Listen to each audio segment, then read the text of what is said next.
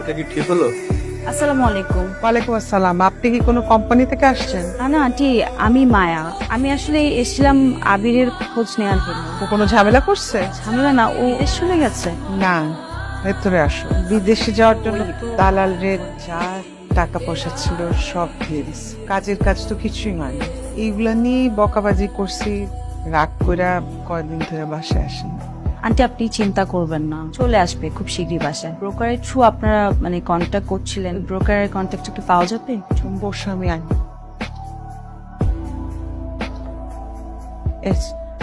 Okay aunty, আমি দেখছি কি করা যায়, আপনি কোনো চিন্তা করবেন না। বলেন ম্যাডাম, কি হয়েছে? আপনি শফিক সাহেব? জি জি জি, পুরোটাই শফিক। আমি আবিরের ব্যাপারে কথা বলতে এসেছি। না, আবিরের ব্যাপারে কথা বলে কোনো লাভ নেই, কারণ ওর কপালে বিদেশ নেই। ওর বিদেশ যেতে আর কত টাকা লাগবে? আপাতত যদি 45,000 টাকা দিতে পারে, তাহলে মনে করেন যে আমি একটা প্রস্তুতি নিতে পারি আর কি। 60,000, 60,000 টাকা। এটা হাতে গেল। এক সপ্তাহের মধ্যে ওকে পাঠানোর ব্যবস্থা। ভিসা হয়ে গেলে বাকি টাকা আপনাকে পাঠিয়ে দেবো, আর যদি না হয় তাহলে কি হবে জানেন? কি হবে বলো? হাজতে বললাম তো, হয়ে গেলে ভালো। ম্যাডাম আপনি যে এই যে এতগুলো টাকা দিলেন আবিরের জন্য, আপনি আবিরের কি হয়?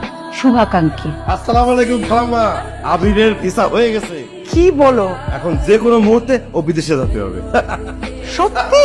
আবির তোর ভিসা হয়ে গেছে। মামা আমি তাহলে যাই। এই তোর ভাইয়ের ভিসা হয়ে গেছে। সত্যি? তুমি আমাকে বিশ্বাস করতো না। বিশ্বাস তো করি। কেন? তোমার কি মনে হয় আমি কখনো এমন কোনো ডিসিশন নেবো বা এমন কিছু করবো যেটা তোমাদের জন্য খারাপ হবো? কি বলিস বুঝি না। আমি বিদেশ যেতে চাই না মা। আমি এখানে থাকতে চাই। আমি এখানে থেকে অনেক পরিশ্রম করব, সবকিছু করব। ওখানে একটু বেশি কামাতাম, এখানে কম কামাবো। কিন্তু তোর কি আমাদের কথা কখনো মনে হয় না? সব সময় নিজের যেটা ভালো লাগে সেটাই করবি। বিদেশ যাইতে ইচ্ছা করছে, সব টাকা দিছি, এখন আবার যাবি না। এটা ঢং। তোর মতো স্বার্থপর আমি আমার জীবনে দেখি নাই। আমি দোয়া করি আমার শত্রুরে যেন তোর মতো ছেলে না। মা, ছাড়। কি হয়েছে ভাইয়া? তুই যাবি না কেন? মা এত কষ্ট করে এত সব করলো, আর তুই এই সময় এসে বলতেছিস যে তুই যাবি না। ভাইয়া বল আমাকে কি হয়েছে? তোকে মায়ের কথা বলছিলাম না? হ্যাঁ, কেন যেন আমি মেয়েটা মায়ায় আটকে গেছে।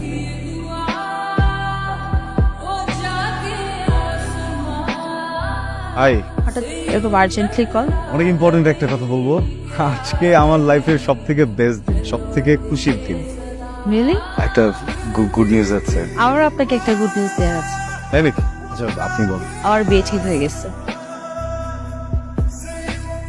কংগ্রাচুলেশনস। Thank you. আমি আজকে কার্ডটা আনতে পারিনি, নেক্সট ডেতে কার্ডটা